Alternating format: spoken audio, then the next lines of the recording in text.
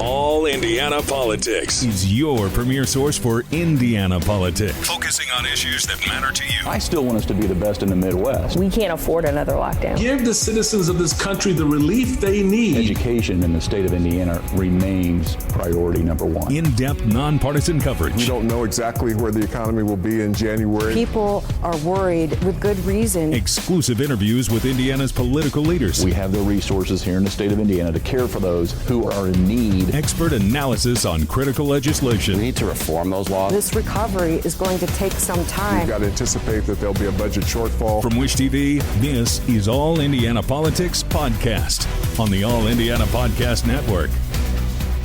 I'm Garrett Bergquist, government reporter for Wish TV. In 2 weeks, the federal government could run out of money.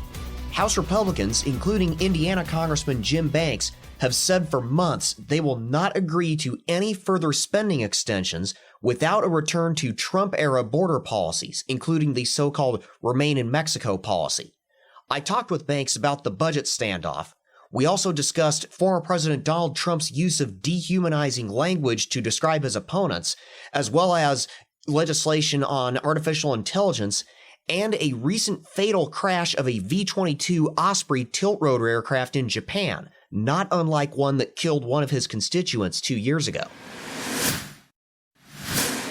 With us now is Congressman Jim Banks. Congressman, welcome back to the program. Great to be here. So we now have about 2 weeks left before some government departments start to run out of money. What are you looking for in a budget deal? Well, we just passed the $34 trillion mark of our national debt. So I won't vote for any continuing resolution, any spending bill that doesn't actually cut spending and at the same time doesn't place an emphasis on securing the border. H.R. 2 was the House Republican bill that we passed out of the House early in the Congress. It's sitting in the Senate, hasn't moved at all, that would place more emphasis on securing the border, return to some of the Trump policies that worked to stop illegals coming over our southern border.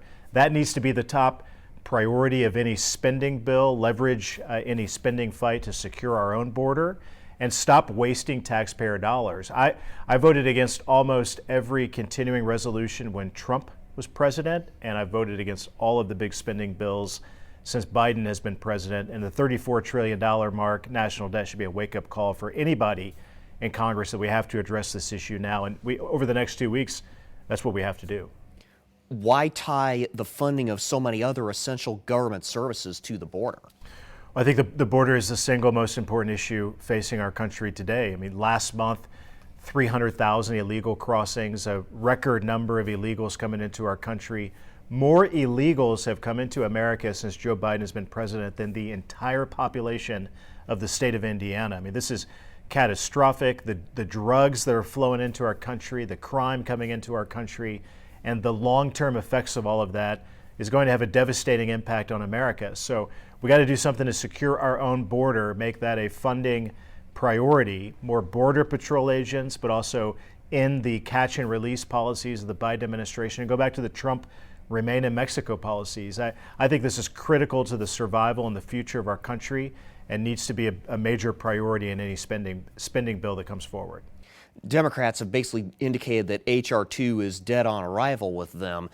Is there anything in there that you might be willing to compromise on? I know the Senate's been working on some sort of package. Yeah, at this point, the compromise is Democrats working with Republicans to do what we have to do to secure the border. I mean, this is so important to America, and I invite all of my Democrat colleagues to come and work with us in the Republican majority to figure out how to get that done. But at the end of the day, $34 trillion national debt, that's going to cripple the future of this country for our kids and our grandkids if we don't do something about it. And anytime we have a spending bill, that's an opportunity for us to cut wasteful spending. The time to do that is now, or that national debt is going to keep getting worse. Inflation is an outcome of the national debt, and we've got to rein in, cut wasteful spending, address inflation.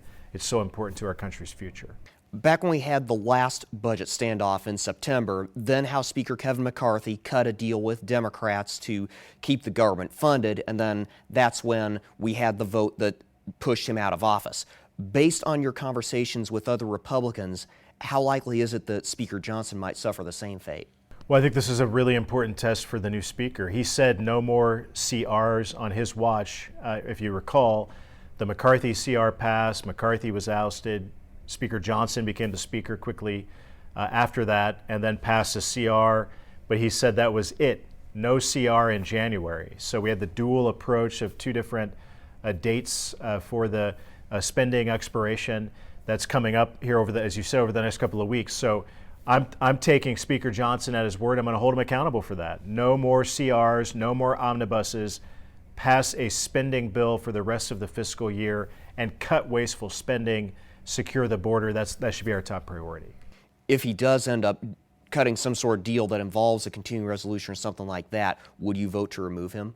Well, look, I mean, I didn't vote to remove McCarthy. If we're focused on ousting speakers every few months, that's not a healthy part of the process. We got to focus on our priorities: secure the border, cut wasteful spending, address our long-term challenges to this country, like holding China accountable for what they've done to our country, stealing our jobs, COVID, all of that. Those need to be our priorities, not personality conflicts between some members who don't get everything they want and the Speaker of the House. So I don't think it's going to come to that. But Speaker Johnson did say no more continuing resolutions, and I think it's really important that we avoid that. But by the way, that's really important to our military and to.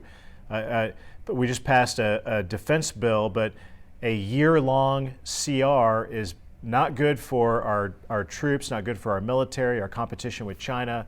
So it's important that we pass a spending bill for the rest of the fiscal year and do the job, the most fundamental and important job that Congress does, and that's fund the federal government and the priorities of the country. And so far, this Congress, that hasn't happened. The House Homeland Security Committee says it will begin impeachment proceedings against Homeland Security Secretary Alejandro Mayorkas. Is that the right move? I think so. I mean, Secretary Mayorkas is directly responsible for the catastrophe at the border, the biggest humanitarian crisis in American history. I mean, what's going on there? Women and children coming across the border, abused, sexually abused, the drugs coming over the border.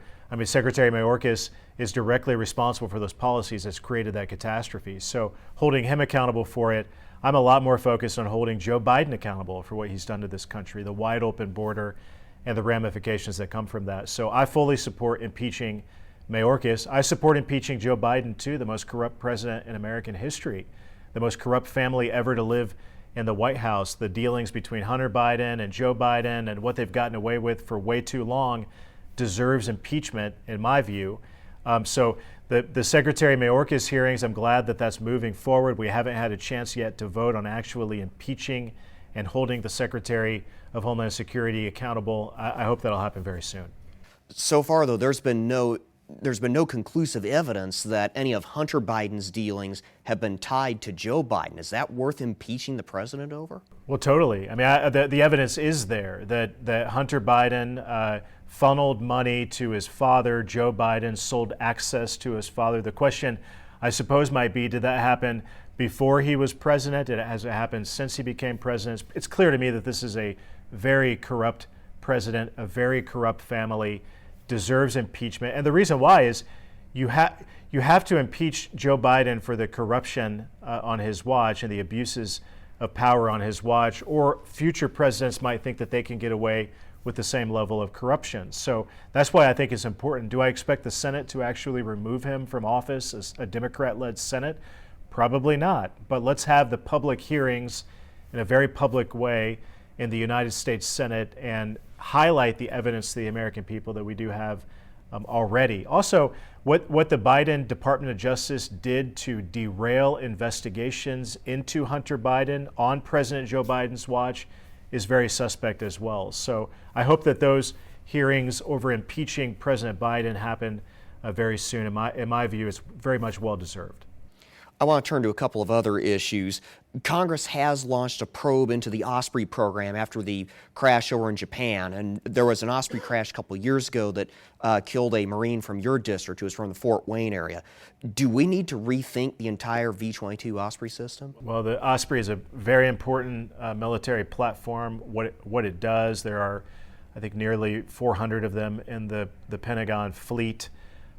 Really important to getting our troops where they need to go in a fast pace. Over the last 20 months, we've had 20 deaths in Ospreys and 4 very notable crashes.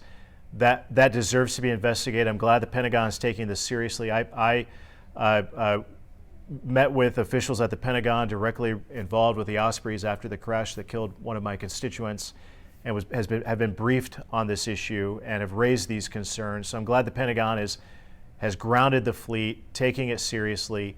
But each of these Ospreys, 400 of them, each of them cost well over $100 million a piece. So a big investment, a very important platform. I hope we can get it fixed and get the fleet back in operation because it's important to our national security. Did the Pentagon not pay enough attention, perhaps, to the Osprey's pre-service record? I mean, the Osprey, in its prototype stage, had a very long history of crashes. Yeah, I've been briefed after the crash that killed my constituent in Fort Wayne, and these were questions that we ask. That was over that specific investigation concluded about a year ago, and those briefings were provided to me after that, as well as for the whole Osprey program at large. So the recent crashes over the last several months, though, have drawn more attention to it. I'm glad the fleet has been grounded. I mean, this is very serious. The platform is really important, so we need to preserve it, fix the issues, and get the fleet of Ospreys back in theater to do what it does because it's important to our national security. Senator Todd Young told me at the end of last year that we can expect some legislation involving artificial intelligence sometime this year, possibly during the first half or so.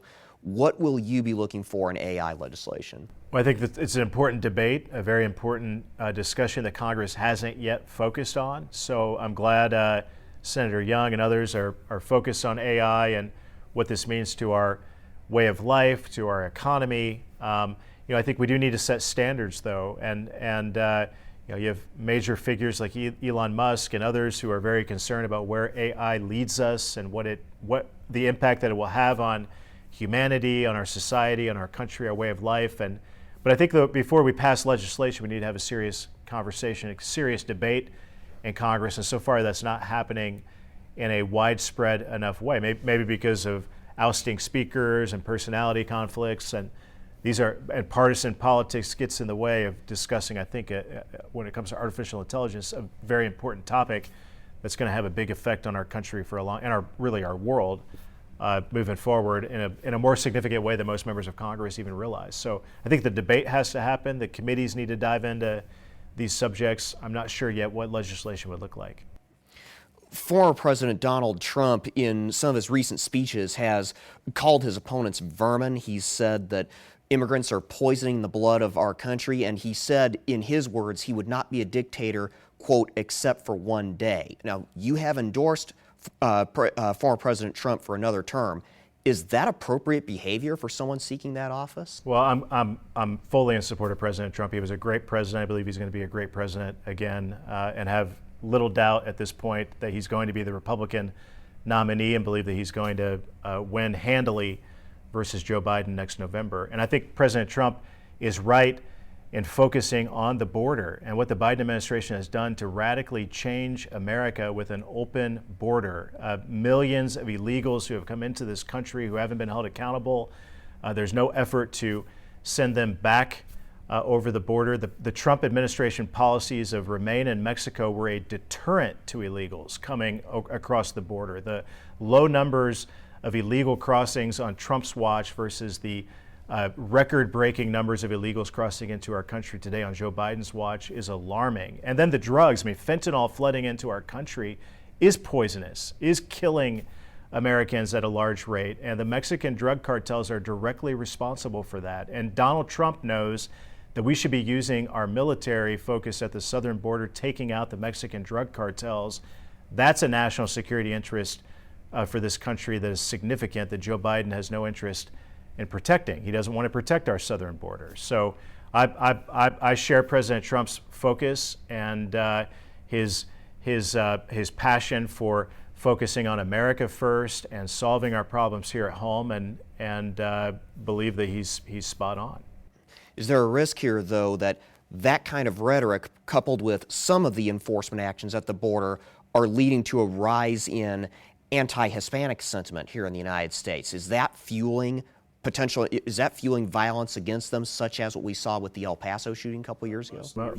Most legal immigrants in America understand that this is a giant crisis for our country and a backwards immigration policy. I mean, I have a local immigration issue in my district that shows how backwards all of this is. It's way too easy to come across the border illegally, and then the legal process is completely broken. And it's all because of Joe Biden's first acts as president when he came into the White House signing executive orders to stop construction of the border wall, return to the Obama-era policies of catch and release, and ending the Trump policies of remain in Mexico. And that created a catastrophe at the southern border unlike anything that we've ever seen before in this country, with millions of illegals coming into our country. The economic effect of that, the crime effect of that, the drugs that have come from all of that is devastating to America. So I believe President Trump is going to win, and he's going to win largely because of his focus on securing the southern border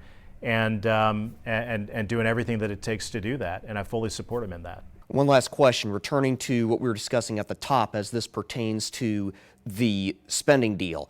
How likely is it at this point that we'll have some sort of partial government shutdown in a couple of weeks? It's hard for me to predict. I mean, we're 2 weeks away from it, and I know Republicans in the House majority are focused on passing a long-term, full-year spending deal that reflects the priorities of the House Republican majority. And we only have today a 2-seat Republican majority, though, so that means that Democrats and Republicans have to work together to get something done from the House and the Senate to send to the president, and I very much hope that will happen. A government shutdown is not good for our country. It's not good politically for either side, for anybody.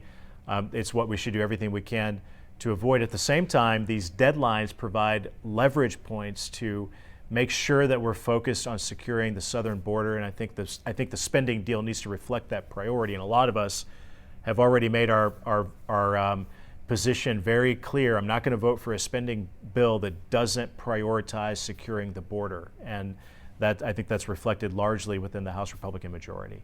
Congressman Jim Banks, thank you for joining us. Thank you.